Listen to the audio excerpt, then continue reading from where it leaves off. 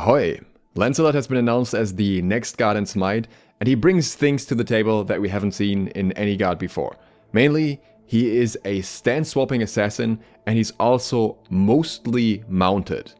As you guys may be aware, I've been wanting a stance-swapping assassin since forever, and while Clearna kinda fills that niche a little bit, I think Lancelot is gonna do so to a great extent. And I'm also a huge fan of Awilix, who seems to be sharing quite a few traits with Lancelot, so I'm very hopeful for this character. So let's learn about all of that and more in Lancelot's closer look. Who is Lancelot? He is the first knight of the Round Table. He will be an Arthurian assassin with physical damage. So, not a warrior, even though a lot of people may have expected that, given that he is a knight. He's introduced with a quote here: "King Arthur gathered his order of the Round Table knights, whose peers shall never be found in any age, and foremost amongst them was Sir Lancelot du Lac. Such was his strength that none against whom he laid lance in rest could keep the saddle, and no shield was proof against his sword dint. But for his courtesy even more than his courage and strength, Sir Lancelot was famed far and wide."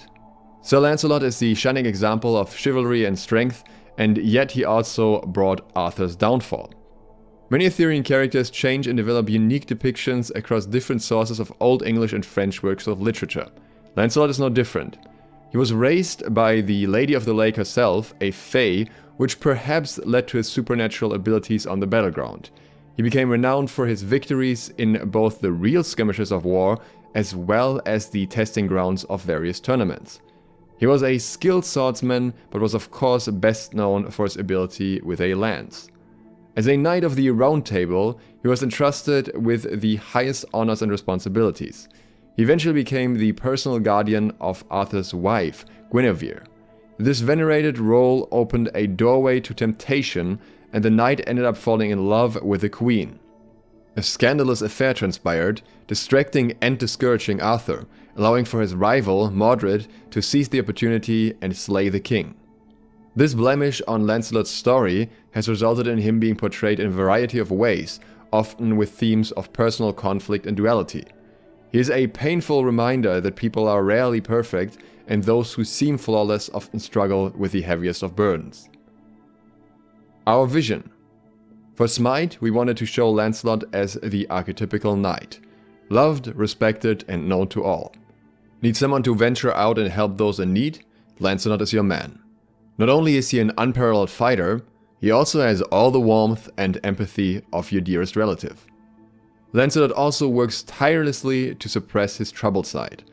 For this reason, his attitude and voice lines do not bring those themes up directly. However, we did design Lancelot with those conflicts in mind, and there are references to them in his cinematics and lore. Here's a quick teaser of one of his voice lines from SMITE Data Mining. "The king sends for his trusty knights to protect the lands near and far. I will always be there to answer the call." Now, the core themes. Theme: heroism. For his era, Lancelot is the perfect hero. He is welcomed into the company of royalty, and he fears no foe. Visuals: Knight of the Round Table. Lancelot displays the shining armor, ornate crest, and the graceful demeanor of the most legendary knights. Personality: charming. He speaks calmly and confidently, inspiring those or easing the tensions of those around him. Perspective: the people's champion. When you're a charming and heroic knight, people are going to look up to you. Lancelot tries to remain above the vanity and narcissism that celebrity status can bring you, but he certainly gets that level of attention anyways. Artistic process. Lancelot had a few specific goals beyond his core themes. First, we would need to make sure to differentiate him from King Arthur in visuals and gameplay. For this reason, we decided that Lancelot would be an assassin, lighter and more agile than Arthur. We also used his physical traits to give him a unique look. His smaller stature would fit an assassin well, and his dark and longer hair made him stand out from his king. We then worked up some heroic knight concepts for him that worked within this constraint, experimenting with various types of leather, cloth, padded and metal armors. All of these included his famous lance, of course. Although the lighter leather armor pushed him further from Arthur, it did not uphold the themes of the true knight.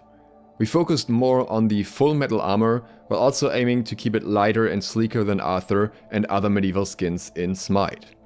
This honestly makes perfect sense in my opinion anyways, because a lot of the armor in SMITE is very bulky and fantasy-like, while his is on the lighter side and something that a more humanesque, lesser god person, so to speak, would be more likely to actually wear into battle. One major detail can be seen at this part of the process: his horse. Lancelot was designed from the outset to be a character who would spend a significant amount of his gameplay time mounted on his horse. Being a famous jouster, it would only be fitting for him to be able to fight from horseback. His shield and other accent details also include themes of horsemanship, which was an essential skill of the knight. Lancelot's complete armor set, weapons, and horse all feel royally decorated to signify his prestige and supernatural ability. This is fitting to his themes and also makes sure that he feels as powerful as the other gods he will face in SMITE. Gameplay. Lancelot is the questing knight roaming across the lands and vanquishing foes. Sounds like an expert jungler, right?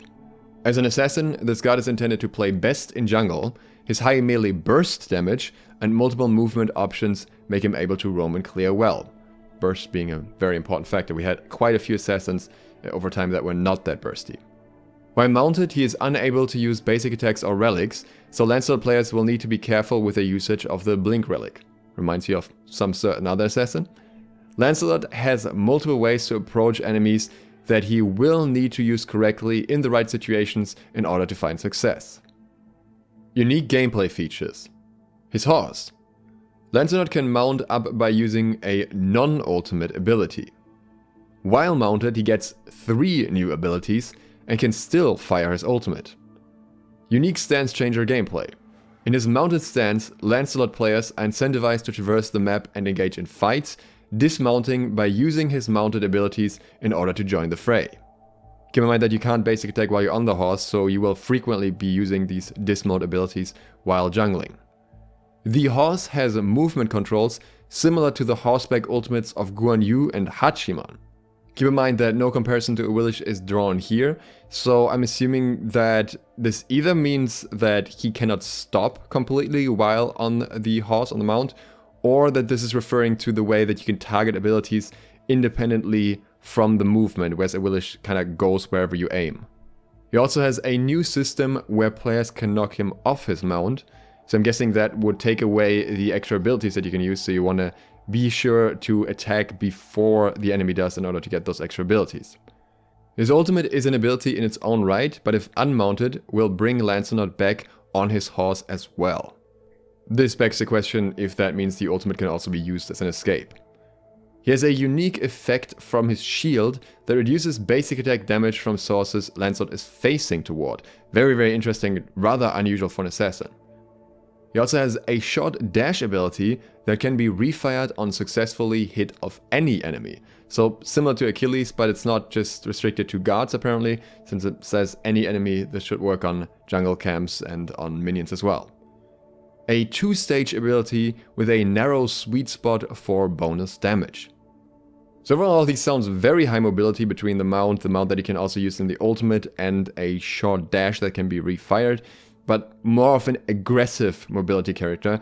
And my impression is also that he generally wants to be relatively close to the target, which would tie in with this high mobility playstyle, with him being an assassin, basically using the mount to get close to an enemy and then using a quick burst in melee range. That conveniently is my favorite playstyle when it comes to Assassins in SMITE, so I'm very curious about that. There also is a decent chance that he might be relatively strong against hunters specifically because of this shield damage reduction effect that he has when facing enemies. I'm not quite sure how exactly this will play out, and obviously as an assassin you'd rather try and avoid shots in the first place, but depending on how strong this damage reduction will be, this will most likely affect hunters the most, or maybe him in a trade with other assassins as well. With hunters currently dominating the meta so much, that could make him a very high value pick if the numbers on his kit work out. Lancelot arrives in the next update, which will be announced fully tomorrow or today, depending on where you are. And then we'll also learn about the other details of his kit. I'm very much looking forward to him, and I will of course talk about him more once we know more, so if you'd like to see that, please consider subscribing and clicking the bell if you haven't to get notified of upcoming videos. There are some other Smite news, so I might be able to release another video tonight. We'll see if I can bring it out in time. Either way, thank you very much for watching, and I hope to see you in the next one soon. SLOTH, out.